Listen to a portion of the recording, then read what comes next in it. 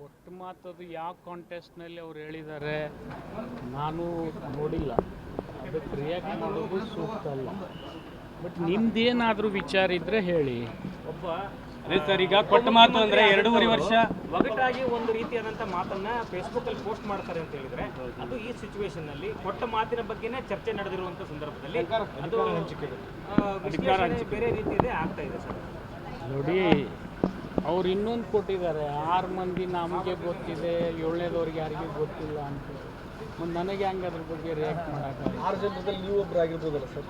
ನಾನು ಇಲ್ಲಲ್ಲ. ಹಂಗಂದ್ರೆ ಪರಮೇಶ್ವರ್ ಜಾರಕಿಹೊಳಿ ಅವರು ಅದು ಯಾರು 6 ಜನ ಇದ್ದಾರೆ ಅವ್ರಿಗೆ ಗೊತ್ತು. ಮತ್ತು ನಾನು ಮೊದಲಿಂದನೂ ಹೇಳ್ತಾ ಇದ್ದೀನಿ, ನಮ್ಮದು ಪಕ್ಷ ಭಾಳ ಅವಶ್ಯ, ವ್ಯಕ್ತಿ ಅಲ್ಲ. ಪಕ್ಷ ಉಳಿದ್ರೇ ವ್ಯಕ್ತಿ ಉಳಿತಾನೆ. ಆದರೆ ಪಕ್ಷದ ಜೊತೆ ವ್ಯಕ್ತಿಗೂ ಸಾಮರ್ಥ್ಯ ಇರ್ತದೆ, ನಾನು ಅದನ್ನು ಅಲ್ಗಳಿದಿಲ್ಲ. ಎಲ್ಲ ಅಂಥ ನಾಯಕರು ಒಮ್ಮನಸ್ಸಿನಿಂದ ಇಂಥ ರಾಜಕೀಯ ನಿರ್ಣಯಗಳನ್ನು ಕೈಗೊಳ್ಳಬೇಕು. ಅದನ್ನು ಪ್ರಯತ್ನ ನಮ್ಮ ಹೈಕಮಾಂಡ್ ಮಾಡ್ತಾ ಇದೆ. ಅದು 2 ದಿವಸದಲ್ಲಿ ಸಾರ್ಟ್ ಔಟ್ ಆಗ್ತದೆ ಅನ್ನುವಂಥ ಆಸೆ ನನಗೆ. ಸರ್, ಈಗ DK ಶಿವಕುಮಾರ್ ದುಡಿದಿದ್ದಾರೆ, ಅವ್ರಿಗೆ ಕೂಲಿ ಕೇಳ್ತಾ ಇದ್ದಾರೆ, ತಪ್ಪೇನಿದೆ ಅಂತ ಇದ್ದಾರೆ. ಎಲ್ಲರೂ ದುಡಿದಿದ್ದಾರೆ, ಅವರು ದುಡಿದಿದ್ದಾರೆ, ಅವ್ರಿಗೂ ಆದ್ಯತೆ ಇದೆ. ಪರಮೇಶ್ವರ್ ಅವ್ರು ದುಡಿದಿದ್ದಾರೆ, ಅವ್ರಿಗೂ ಆದ್ಯತೆ ಇದೆ. ಖರ್ಗೆ ಸಾಹೇಬ್ರು ಆಗಬೇಕಾಗಿದ್ದೇ ತಪ್ಪೋಯ್ತು ಕೈನಿಂದ. ಇದೆಲ್ಲ ರಾಜಕಾರಣದಲ್ಲಿ ಬರ್ತಾ ಇರ್ತದೆ.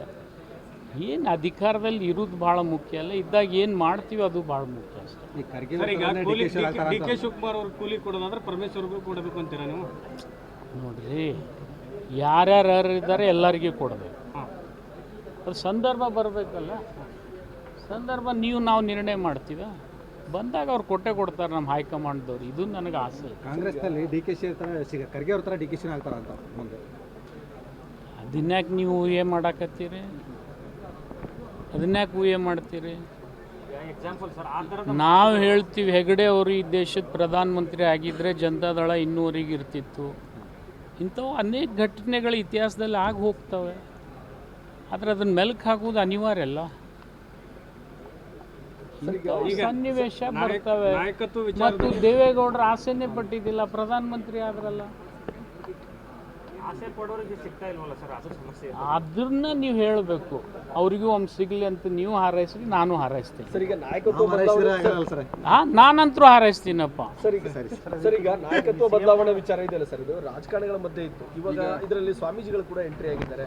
ನಿನ್ನೆ ಒಕ್ಕಲಿಗ ಸ್ವಾಮೀಜಿ ಅವರು DK ಶಿವಕುಮಾರ್ ಅವರು CM ಆಗಲಿ ಅಂತಾರೆ. ನೋಡಿ, ಯಾವ ಸ್ವಾಮಿಗಳು ಆಶೀರ್ವಾದ ಮಾಡಬೇಕೆ ಹಾರೈಸ್ಬೇಕು. ಅದನ್ನು ಅವರು ವಿವೇಚನೆಗೆ ಬಿಟ್ಟಿರ್ಬೋದು. ಅದು ಹಾರೈಸಿದ್ರೆ ನಾನೇನು ತಪ್ಪು ಅನ್ನೋದಿಲ್ಲ. ಅನೇಕ ಸ್ವಾಮಿಗಳು ಅವ್ರವ್ರ ಜಾತಿ ಹಿಡಿದು ಹಾರೈಸ್ತಾರೆ. ಆದರೆ ಈ ದೇಶದೊಳಗೆ ಸ್ವಾಮಿಗಳು ರಾಜಕಾರಣಕ್ಕಿಂತ ಸ್ವಲ್ಪ ದೂರ ಇದ್ದರೆ ಒಳ್ಳೆಯದು. ಇಷ್ಟು ಮಾತ್ರ ನಾನು ವಿನಂತಿ ಮಾಡ್ತೀನಿ. ಭಾಳಷ್ಟು ಜನ ಸಲೀಂ ಅಹಮದ್ ಸಾಹೇಬರು ನಿಮ್ಮ ಮಾತೇ ಮಾತಾಡೋದು ನಾನು 7-8 ಜಿಲ್ಲೆ ಉಸ್ತುವಾರಿ ಕೆಲಸ ಮಾಡಿದ್ದೀನಿ, ಕಾಂಗ್ರೆಸ್ ಸಂಘಟನೆ ಮಾಡಿದ್ದೀನಿ. ನನಗೂ ಕೂಡ ಕಳೆದ ಬಾರಿ ಸಿಗಬೇಕಿತ್ತು, ಸಿಗಲಿಲ್ಲ. ಸಚಿವ ಸ್ಥಾನ ಅಂದರೆ ಬೇಸರ ವ್ಯಕ್ತಪಡಿಸಿದ್ದಾರೆ. ಒಂದು ಕಡೆ ಅವರು ಕೂಡ ಸಚಿವಾಕಾಂಕ್ಷಿ. ಭಾಳಷ್ಟು ಜನಕ್ಕೆ ಬೇಸರ ಇದೆ. ಬಸವರಾಜ ಶಿವಣ್ಣವರು ಕೂಡ ಹೇಳಿದರು, ನಾನು ಆಕಾಂಕ್ಷಿ ಇದ್ದೀನಿ, ಒಂದು ಜಾಸ್ತಿ ಪ್ರಾಧಾನ್ಯತೆ ನಾನು ಕೊಟ್ಟರೆ ಅನುಕೂಲ ಅಂತ. ಏನು ಹೇಳ್ತೀರಿ ಸರ್?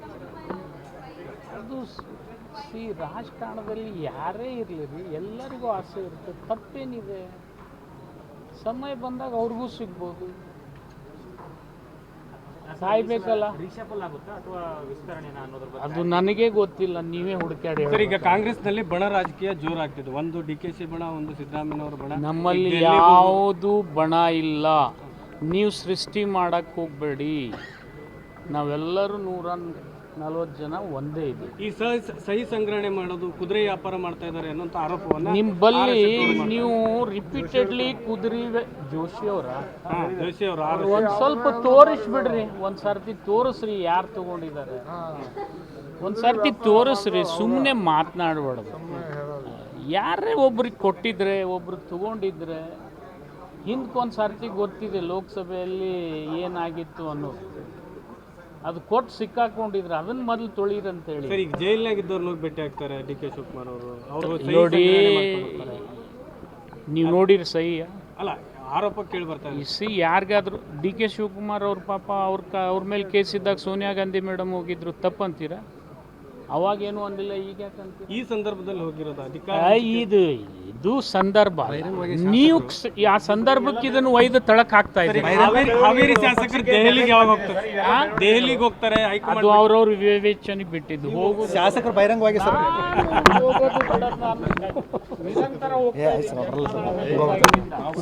ಇದ್ದೀನಿ. ಬಿಜೆಪಿನಲ್ಲಿ ಇದ್ದಾಗೂ ಹೋಗಿದ್ದೆ ನಾನು.